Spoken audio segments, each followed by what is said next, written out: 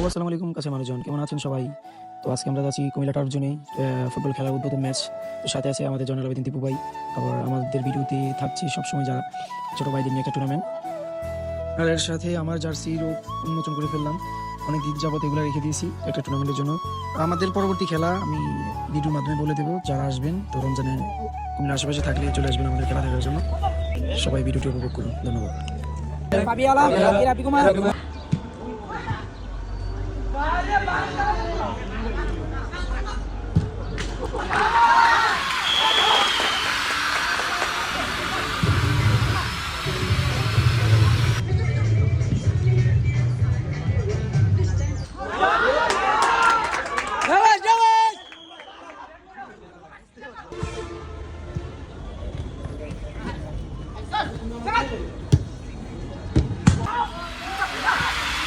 গোল গোল, শাবাশ শাবাশ, সুন্দর হেডেক, ঠান্ডা মাথা গেল, ঠান্ডা মাথা। হ্যাঁ